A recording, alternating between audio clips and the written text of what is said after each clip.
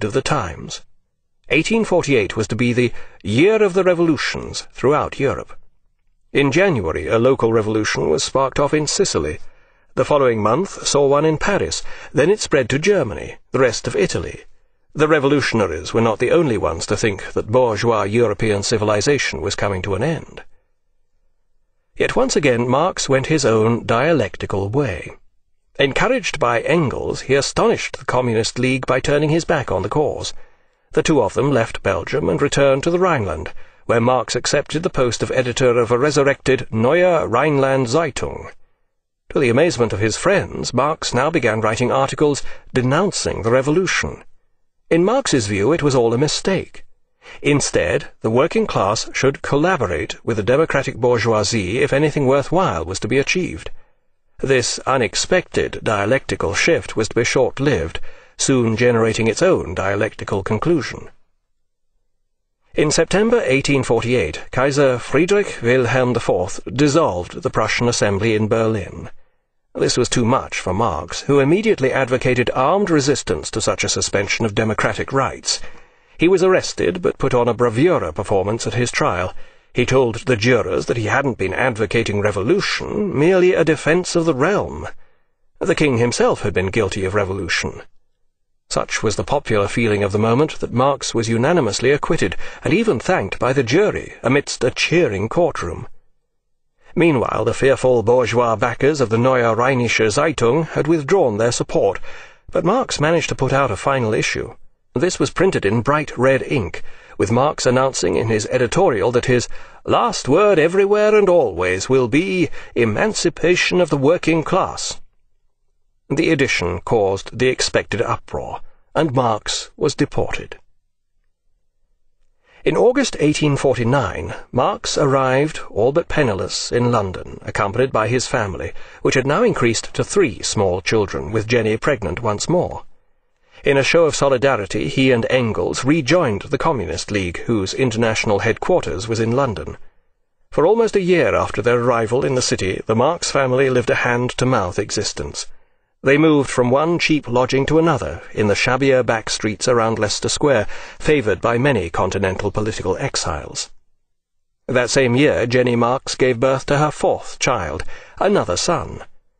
Soon after this, the family were evicted onto the street, along with their few sticks of furniture, for non-payment of rent.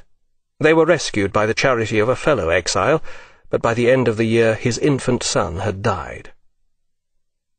More lasting charity was now provided by Engels, who had given up his attempt to become a journalist. He had gone back to work for his father's factory in Manchester, at least in part so that he could support Marx. At the beginning of 1851, Marx and his family found more settled lodgings in 2 rooms on the top floor of 28 Dean Street in Soho. This was the beginning of Marx's decade-long period of oblivion, a time of spiritual and political isolation, supported by handouts from Engels, who was exiled 300 kilometres away in Manchester. The Communist League was Marx's only consolation.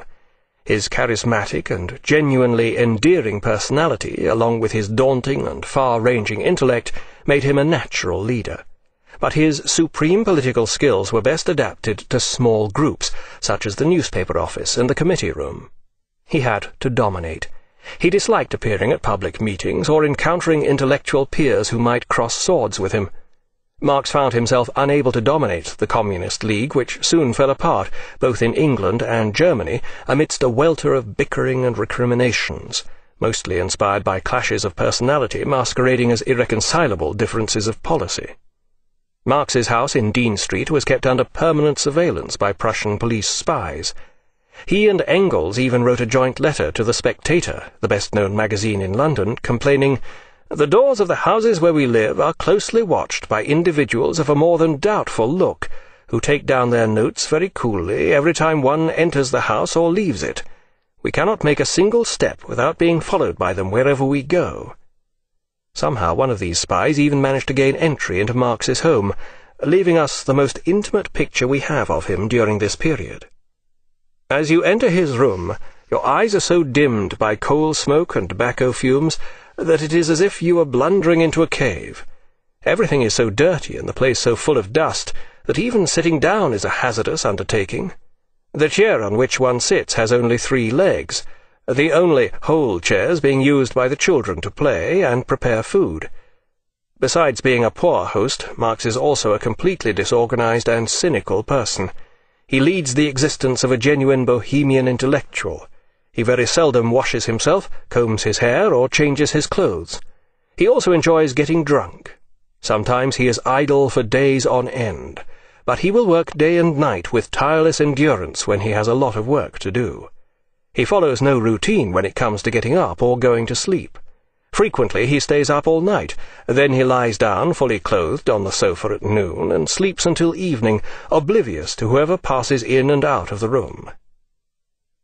In all fairness, this chaotic regime must in part have been imposed by the fact that Marx was sharing 2 small rooms with a wife, 3 small children, Lenchen, their German maid, and presumably the odd visiting Prussian spy taking outraged notes about the scruffy, bearded figure snoring contentedly on the sofa in mid-afternoon. Despite this, Marx now set himself a tireless regime of research in the British Museum. The 1848 revolution had failed, and a period of severe repression had set in over Europe, causing many radicals to despair. But Marx was equipped with exceptional psychological endurance. While biding his time, he decided to work out his revolutionary ideas on paper, a task that would take him through the first long years of his isolation. Living in London, Marx was ideally situated for this task. In 1856, a superb new reading room opened at the British Museum, providing the finest research facilities in the world beneath a vast dome, whose Italian designer had ensured that it would not surpass the dome of St. Peter's in Rome by covertly reducing its diameter by a few inches. Here Marx could study Hegel and Feuerbach in the original German, and investigate in detail the works of Smith and Ricardo, as well as consulting the rows of bound parliamentary committee reports that lined the walls beside his favourite seat. Marx quickly became a familiar figure about the streets of Soho. Even in the hirsute Victorian era, he stood out from the crowd, a fact only accentuated by his thick German accent, which he did nothing to improve. The diet of bread and potatoes, cheap cheroots constantly staining and fumigating his beard and lungs, the sedentary life and heavy drinking, these soon began to take their toll. He began to suffer from painful boils, a curse of biblical proportions which continued to rack his flabby frame until the end of his days. But others in the family were not possessed of such stamina, and 2 more of his children died in infancy. As if all this weren't bad enough, Marx also had an affair with the family maid, Lenchen Demuth, and made her pregnant. Engels, a frequent visitor, selflessly took the blame upon himself. When Lenchen was delivered of a small, dark, hirsute son, Jenny had her suspicions, but she kept these to herself for the sake of the family. Years later, on his deathbed, Engels revealed the truth to Marx's daughter, Eleanor, known as Tussie. Young Freddie Demuth would grow up to become a true member of the proletariat, working in an engineering factory in Hackney in London's working-class East End. In old age, he would live to see the ideas of both his fathers come to fruition in the Russian Revolution and the establishment of the Soviet Union. Freddie's siblings were less fortunate. Marx's oldest daughter Laura would commit joint suicide with her anarchist husband while living in poverty in Paris. His favourite, Tussie, chose the same path after being rejected by her philandering lover, who even gave her the prussic acid that she drank, causing her excruciating death. Yet times were not unrelieved misery chez Marx. On sunny Sundays the family would travel up to Hampstead Heath for jolly picnics, with leapfrog and other party games afterward. A farcical description remains of a drinking spree which Marx embarked upon with some German friends.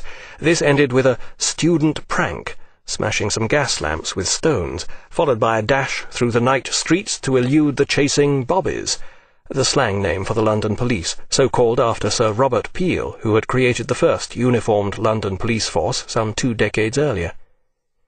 In temperament, Marx remained very much the perennial student. As with the man, so with his ideas. This has always remained open to debate. Yet, as we shall see, no description of one would be complete without the other. Such are their echoes, parallels, and dialectical contradictions. From all accounts, sheer fecklessness was the main contributor to Marx's persistent poverty. Engels continued to send regular money, and Marx was even taken on as London correspondent of the New York Daily Tribune, at the time the world's biggest circulation newspaper. He was contracted to write twice-weekly commentaries on British and Empire news, though these would frequently have to be dashed off by Engels in order to meet the deadline. Here, too, Marx honed his political technique. When the Indian Mutiny broke out, he was asked by his editor to civilization was coming to an end. Yet once again Marx went his own dialectical way. Encouraged by Engels, he astonished the Communist League by turning his back on the cause. The two of them left Belgium and returned to the Rhineland, where Marx accepted the post of editor of a resurrected Neue Rheinland was to be short-lived, soon generating its own dialectical conclusion. In September 1848, Kaiser Friedrich Wilhelm IV dissolved the Prussian Assembly in Berlin. This was too much for Marx, who immediately advocated armed resistance to such a suspension of democratic rights and Zeitung. To the amazement of his friends, Marx now began writing articles denouncing the revolution. In Marx's view, it was all a mistake. Instead, the working class should collaborate with the democratic bourgeoisie if anything worthwhile was to be achieved. This unexpected dialectical shift of the times. 1848 was to be the year of the revolutions throughout Europe. In January, a local revolution was sparked off in Sicily. The following month saw one in Paris. Then it spread to Germany, the rest of Italy. The revolutionaries were not the only ones to think that bourgeois Europeans. He was arrested, but put on a bravura performance at his trial. He told the jurors that he hadn't been advocating revolution, merely a defence of the realm. The king himself had been guilty of revolution. Such was the popular feeling of the moment that Marx was unanimously acquitted, and even thanked by the jury amidst a